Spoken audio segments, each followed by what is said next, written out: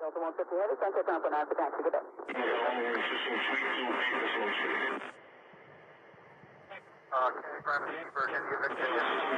sorry, you going for? Sir, I want to go from Terminal 7 to 10 via Alpha 5. So I just want to move it into that terminal. 775. We have Alpha 1.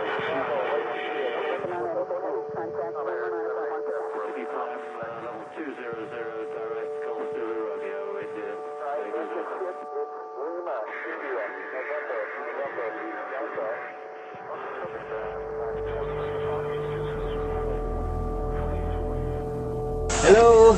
Hi. Do you speak English? Sure, what do you need? Okay, just a question. Do you know what is a chemtrail? The what? A chemtrail.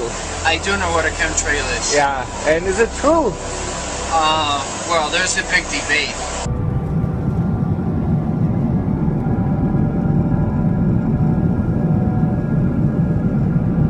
Okay. No. I don't want to go on record for that. Okay. No, but do you believe it? I don't know. Well, I don't have enough information for that. Okay. Yeah, but because I saw a lot of videos on the internet, and it really looks believable. Well, it's arguable both ways, I think.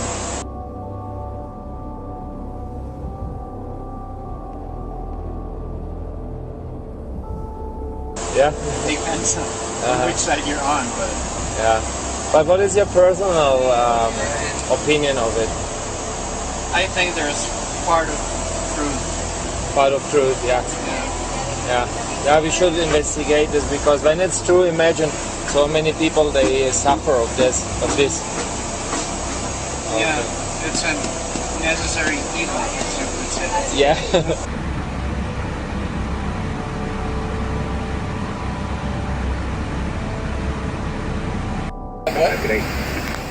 About the chemtrail generator. Oh. Now let's make sure that thing's working. We're gonna check this out. I gotta.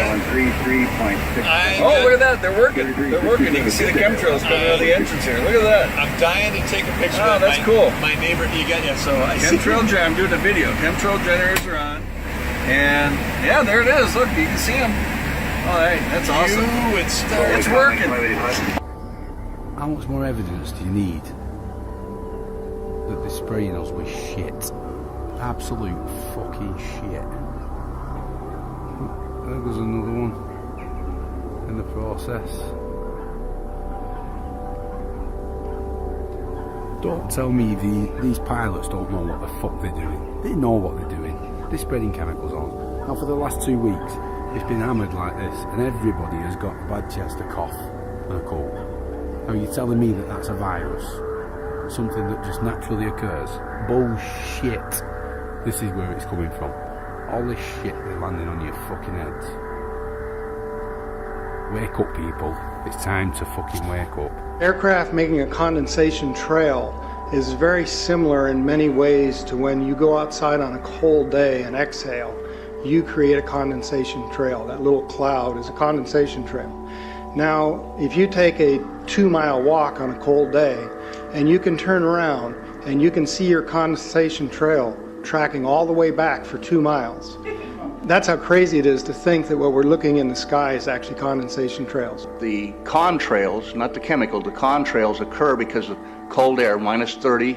It takes high altitude, around 30,000 feet plus. There's carbon dioxide and water vapor in that exhaust. That turns to ice crystals, and that's what you see, the white stream behind it. Those white crystals of ice warm up, dissolve, and the smoke goes away.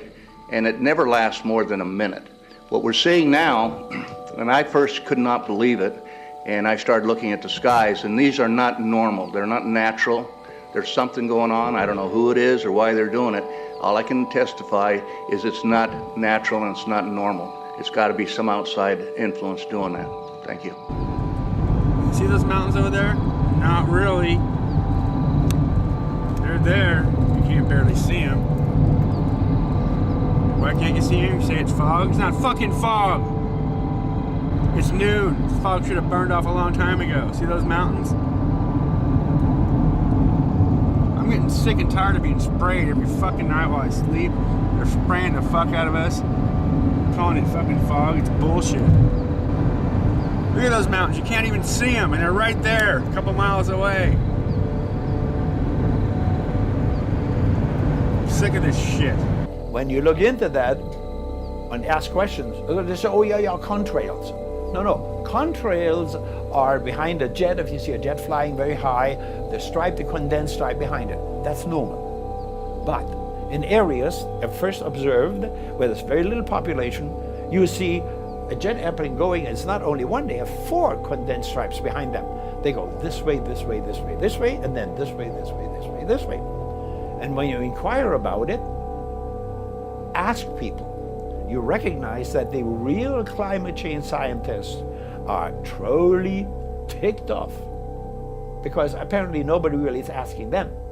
It's the special interest, in my opinion, it's the oil industry, the energy industry, that are blowing smoke up somebody's you know what. Take a look at these fucking things. I'm supposed to be out shopping, and they're spraying fucking chemtrails all goddamn day over my head. It's beginning to look a lot like Chem Sky. Google, is it okay if I make this video? Will I lose my account? Will I be banned from YouTube for recording the fucking sky? Is that okay, Google?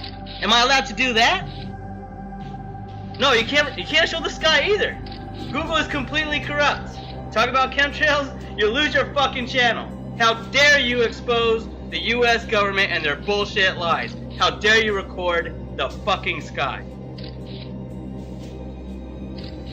65, 66 passes. Wow, look at all of those contrails. It's all natural. Saturate your sky with chemtrails. You can have a chem halo. Wow, you thought double rainbows were cool? Look at the death in the sky. It's a chem halo. Oh my gosh. Let's all celebrate as the Nazis slaughter us. U.S. military whistleblower. She has an amazing, fascinating story that we will share with you here today. Now, Kristen, can you tell us what branch of the military you were in and what you uncovered? Sure. I was in the Air Force on active duty for 9 years, and I worked in bioenvironmental engineering. And now, I know the issue came up with chemtrails. I know that's an extremely controversial issue. A lot of people are extremely divided on this issue, but you actually saw things from your experiences that kind of give it a little bit more validity than I actually saw ever before. Can you go into the details of exactly what you saw? Yeah, basically, to summarize it, part of my job was to know everything that was going on in the military and what type of impact that might have on human health, and then the environmental aspects and impacts. What chemicals are we using? How are we disposing of it? Kind of cradle to grave. So we were the internal compliance people for following OSHA and EPA standards. One part of that process was to approve chemicals, hazardous materials. You know, what are you using? Why do you need it? Where's it being used? And tracking that disposal. After it being brought to my attention about chemtrails or geoengineering, I used to think it was crazy. It actually was disrespectful to my line of work, because here we are trying to prevent environmental aspects and impacts and not have anybody get sick from our operations. But in an attempt to debunk, it changed my life.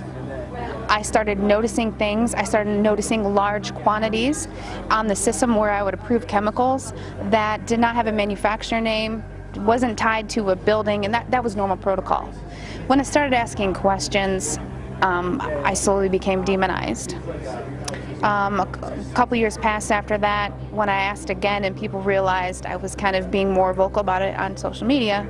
I was starting to be thrown into a mental institution and have my daughter taken away. Wow. That changed my life. I no longer view the military the same way, and I feel like after 9 years of trying to uphold an oath, I'm able to do that now. I'm going to tape this time, and so this is what we did before. This is what this is. This is the wine spit test, where you rinse your mouth out, and then you take grape juice and you hold it in your mouth and you spit it out into a petri dish. Well, what we did is we used the zeolite, the zeoforce. This stuff says it cages this stuff, this stuff that's in these chemtrails, it's in our bodies.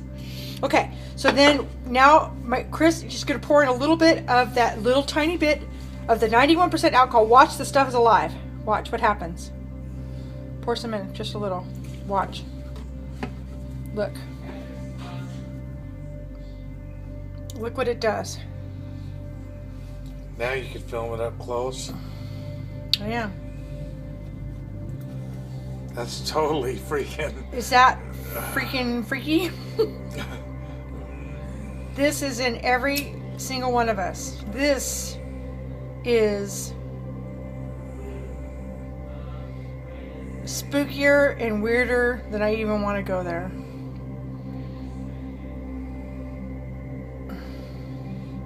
Look at it. It's starting to get the other stuff. It was climbing out of the petri dish. It was like trying to climb out. Whether people believe in chemtrails or not, the geoengineering should be scary enough. And when people learn about geoengineering, chemtrails will then become apparent because they're the same. This is from a snow surface at Mount Shasta. 61,100 micrograms per liter of aluminum. This is just ordinary snow water. And people are drinking this stuff when they're hiking on the mountain. And remember, government action is required at 1,000. This is 61 times over the government limit, and our hikers are drinking this poisonous water on Mount Shasta Mountain itself. Strontium, 383. Barium strontium will take away from your bone structure, make for weak bone structure. The aluminum, though, that's scary, you know. What is it? Alzheimer's, autism, gosh knows what that's doing. All right. I've just went out there and got this one. This is the chemtrail aftermath. You can see on the date. This is that white stuff that comes from the chemtrails. And I snatched this off the screen going on the inside. I want to see what this is going to do. Nasty. It's got the little white specks in it too. Oh, and you just toward the top of the water you can see the strands. Okay.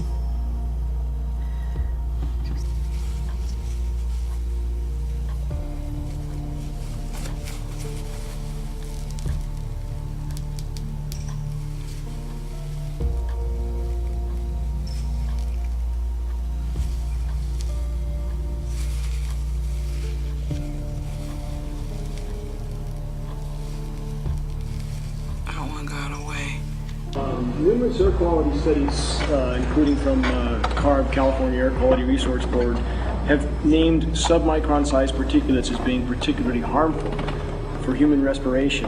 Through all the discussions today, I have not heard any mention of this fallout, and has this been studied, and also the effects of a highly reactive metal like aluminum on toxifying soils and waters?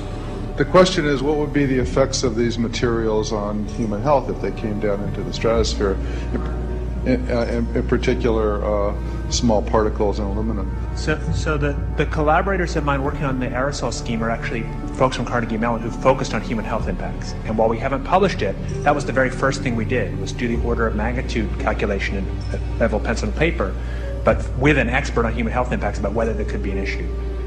And for aluminum or other particles, there are a lot of toxicological things that need to get looked at seriously.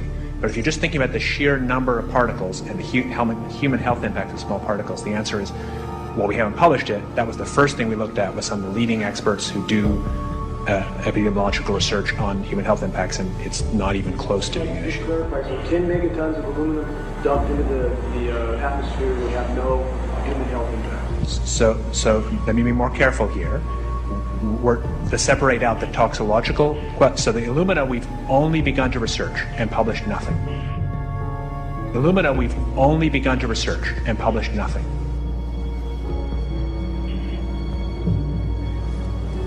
Dane looked at him and he said, so you're telling me that spraying 10 to 20 megatons of aluminum, as you said, would have no human health effects?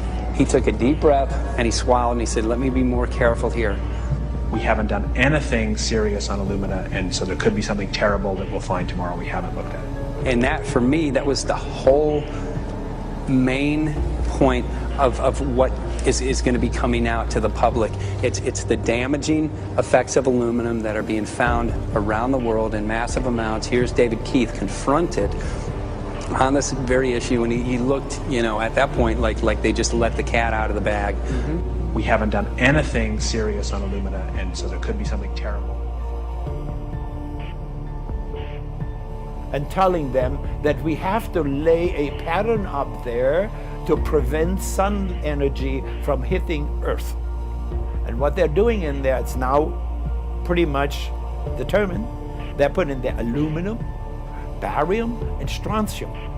Now you take these chemicals and run them through a PubMed literature search in respect to human health. You will find more than 3,000 papers.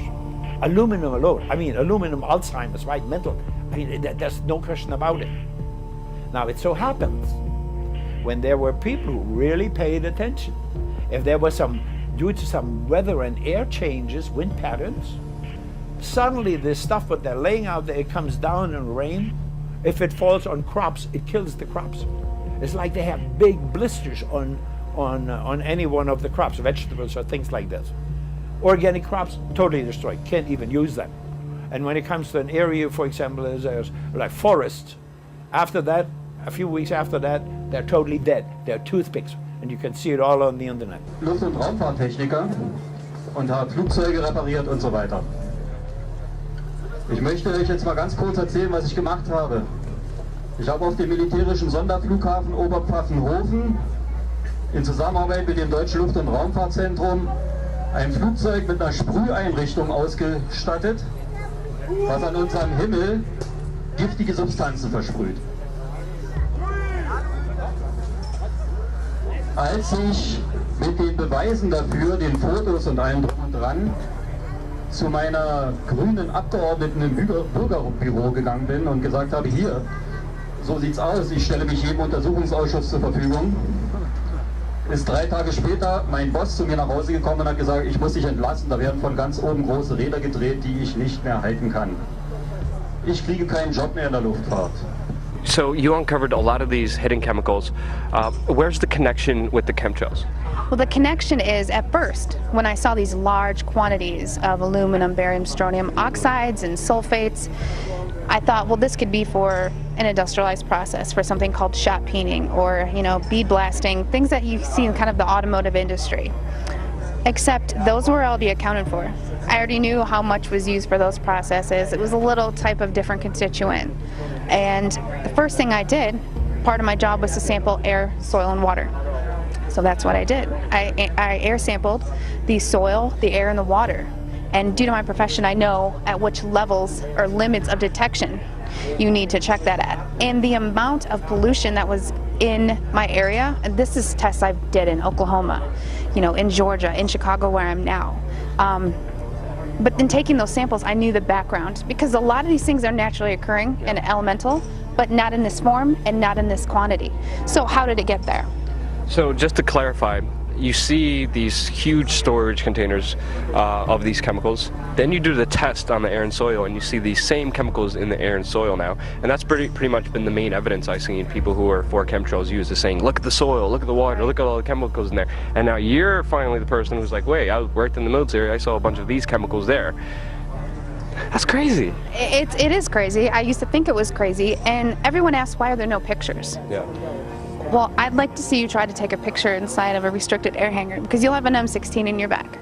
Yeah. And the hardest part for people to realize is, you know, where are the pilots? Like, there's people who have come forward, but these people are scared. You look at what's happened to whistleblowers, look at Snowden, look at Manning. People are scared. And I think because this topic is already labeled a conspiracy theory, I don't think the government necessarily views me as a threat yet. And I mean, I know it's not the most safe thing to do, but it's the right thing to do. It's laughed at, it's made obscure. But just to bring the point home, the question I have is, why are they even chemtrailing? Why is the military and government chemtrailing us? I don't know. What's your understanding of it? Well, I don't have anything that can solidify, but I do have my opinions, and that is the history of weather weaponry. I mean, you can take away people's monetary system, you can take away people's rights, but you take their food and you disable their ecosystem, that's the #1 way to handicap people. And they've done it since the 40s, it's not new. Also seeing how it started out to be a government program, and then noticing that it is a way for private corporations to profit off this, whether it's controlling agriculture, you know, profiting. There's certain events, you know, you lose money on if it rains, or so knowing that you can kind of predict and control the weather, there's money there. I've also, you know, heard that it could be tied to Agenda 21, but for me, it's not about why. It's just stopping it. It needs to be stopped. Yeah, and it's called the crazy-ass conspiracy theory. The Chinese are doing it now, openly. They did it for the Olympics. I mean, they've sprayed people. I'm sure you've heard the St. Louis story. They did biological testing. So if the government is capable of doing that, why is it so hard for people to believe? And I don't know if you've heard about David Keith, but he's actually a geoengineer, Canadian. He works at Harvard. He just wrote a new book on climate engineering, and inadvertently he's brought more awareness to this, because I feel they're getting ready to admit it, and they're trying to sell it to us. You know, it's kind of like they sell vaccines to us, they sell fluoride to us. You know, fluoride is a mining waste product. Well, how can we make that good? You know, put it in your water. So I think that they're trying to now kind of admit it and act like they're going to start doing it, and they've already been doing it.